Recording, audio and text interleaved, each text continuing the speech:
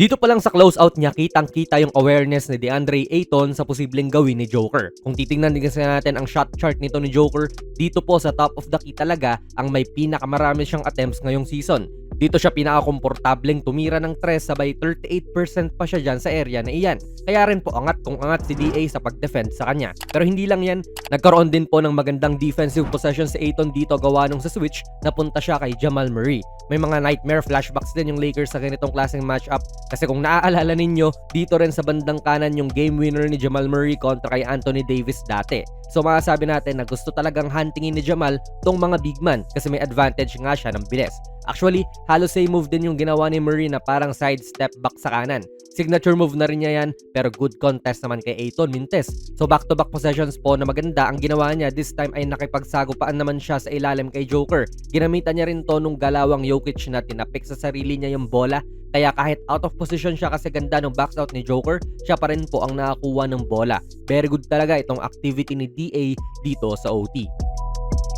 Manood ng live na laro sa basketball sa 1x Sports, gamitin ang ating code na JonasPB. Scan nyo lang po ang ating QR code. Again, siya na naman idol, simpleng individual defense lang din naman to at makikita nating pumapalag talaga siya. Solid to kasi hindi niya pinapalalim pa yung position ni Jokic dyan at kahit nakatira to ng medyo maayos, talagang naramdaman din ni Joker yung presensya ni Ayton kaya rin nagminte siguro tong tiran ito. Again, depende kay Joker no, this time si Smart naman yan. Talagang front kong front siya rito mga idol para syempre hindi to makahawak ng bola. Andyan din po si Luka to support din yung depensa dito sa post at kung papasahan si Joker ng palobo, mahuhuli matik ni Luka yan. That's why tumitingin na rin si Joker dito sa mga kampi niya sa likod kasi dapat gumalaw na sila dyan upang hanapin ng open area.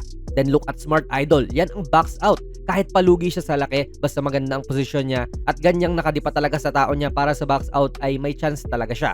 Kung hindi ganitong nilapat ni Smart ang bigat niya kay Joker, malamang nakuha pa ni Jokic yung bola. Pero ganda talaga ng box out niya. Mapansin natin dito idol, tong galawan ni Ayton sa depensa kay Jokic dito sa OT. Kita nyo? Humahawak-hawak siya kay Jokic dyan pero binibitawan niya rin kasi pwedeng magpasabit to kung hahawakan niya lang yan all throughout at hindi niya aalisin yung kamay niya. Then sa kabilang kamay, tinataas niya to para kung titira man, edi may pang-contest siya. Kinatawa na naman siya ni Joker dito pero napaghandaan pa rin naman kahit papaano ni Ayton yan. Another good defense sa kanya nang hindi nagko-commit ng foul idol.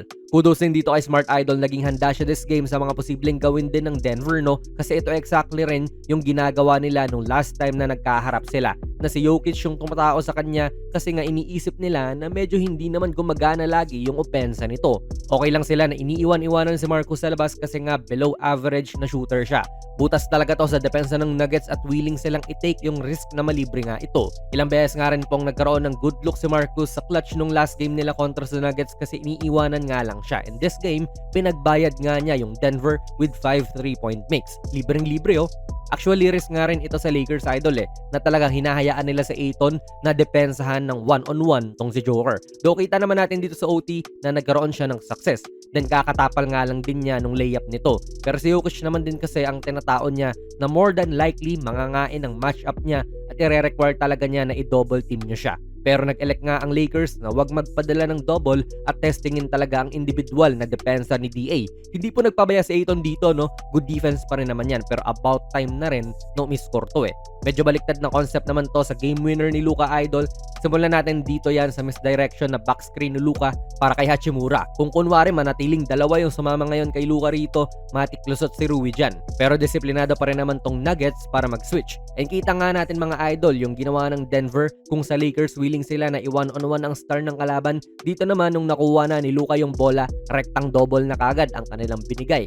Malamang may malilibre dyan idol pero winning time na rin kasi to. So tama lang na binolhag na rin to ni Luka. So mabuti at nag-clear out din si Rui dahil nag-cut nga siya kaya malaki talaga ang space dito sa kaliwa. Solid na pagkontra din yan sa double team defense ng Denver kasi in the end, naging single coverage na lang to patungo sa kanyang step back.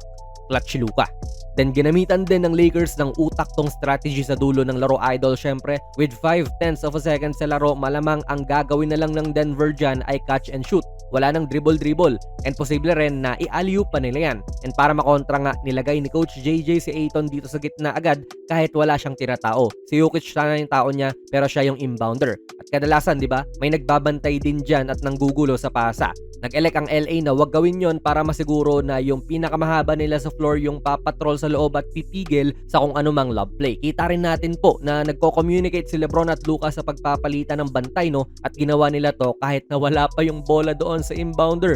So napurnada ang play nila, idol, at parehas din itong sina Lebron at Luka na kinover kagad yung best shooters ng Denver. Itong sina Johnson pati Hardaway Jr. Si Murray fouled out na. Walang lituhan na nangyari, walang lob play din para sa Nuggets at napilitan sila sa isang desperation na malayong tira. Ganda ng depensa nila rito. So yan po yung ginawa nila sa game kahapon, o possibly isa to sa mga the best games ng Lakers ngayong season.